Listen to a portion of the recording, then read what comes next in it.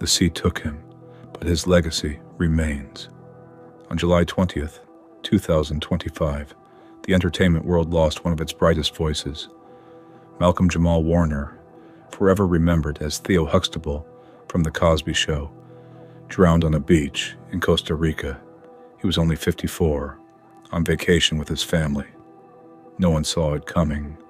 What should have been a simple swim turned tragic, treacherous rip currents, delayed rescue, and a chain of events even a healthy, experienced man couldn't overcome. But what exactly happened that day? Was it an accident? Was it negligence? Or did the ocean simply show its brutal force? Today, we're going to uncover the final moments of Malcolm Jamal Warner and explain, with clarity and respect, what really killed him. Before we continue, if stories like this move you, if you believe in honoring lives with truth and dignity, hit the subscribe button. Every week, we investigate and explain real causes of death, so you can understand, learn, and honor what truly happened.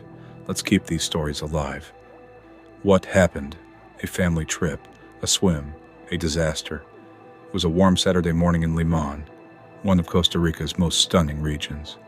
Malcolm Jamal Warner, with his wife and daughter, had chosen Playa de Cocles for a peaceful day by the ocean. He'd swum there before. He knew the beach. He was in good spirits. But that day, the ocean was different.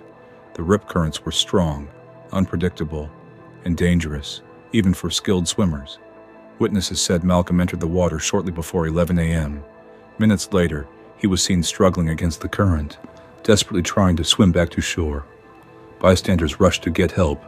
Lifeguards arrived quickly, but by then, he was already unconscious. Despite CPR on the beach and efforts at the local hospital, Malcolm didn't make it. Official cause of death, asphyxia by drowning. Human impact. He wasn't just Theo, he was the voice of a generation. Malcolm Jamal Warner's death shook the entertainment world. To many, he was still young, Theo Huxtable, but his life went far beyond television. He was an actor, Grammy-winning musician, director, podcaster, and activist. A true artist. Friends, fans, and celebrities flooded social media with tributes. Tracy Ellis Ross called him a soul brother. Felicia Rashad wrote, "Malcolm brought light to every set he walked onto." Special TV programs aired in the U.S. News outlets in Brazil covered it extensively, and young artists in Africa named him as an inspiration. Malcolm wasn't just a TV character.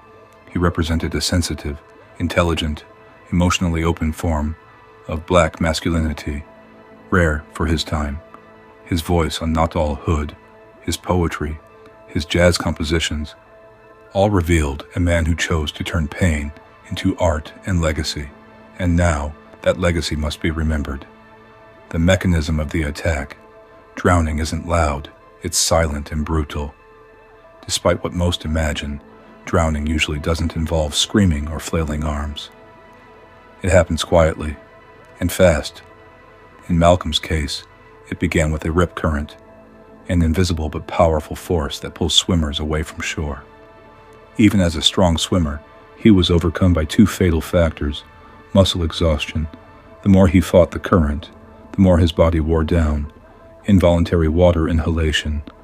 Swallowing seawater repeatedly triggered vomiting and increased water entry into his lungs. This led to what's known as laryngospasm, a reflex in which the vocal cords clamp shut to protect the airway, blocking breathing. The result: hypoxia, lack of oxygen, loss of consciousness, and cardiac arrest within minutes. That's what happened to Malcolm, a relentless physiological sequence. Injuries and clinical condition. His body fought, but couldn't win. When pulled from the water, Malcolm was already unconscious and in full cardiac arrest. Paramedics immediately began CPR. Medical examinations revealed classic signs of drowning: cyanosis, bluish skin from oxygen deprivation, pulmonary edema, fluid buildup in the lungs blocking gas exchange, water aspiration, found in the trachea, and bronchi-elevated lactic acid, evidence of cellular failure and low blood perfusion. Despite oxygen, epinephrine, and intubation, Malcolm did not respond. He was pronounced dead at the hospital in Limon. Final cause, asphyxia, due to drowning with refractory cardiopulmonary arrest. His body, starved of oxygen for minutes, collapsed into metabolic failure. Rescue and emergency response. Every second counts, and time ran out.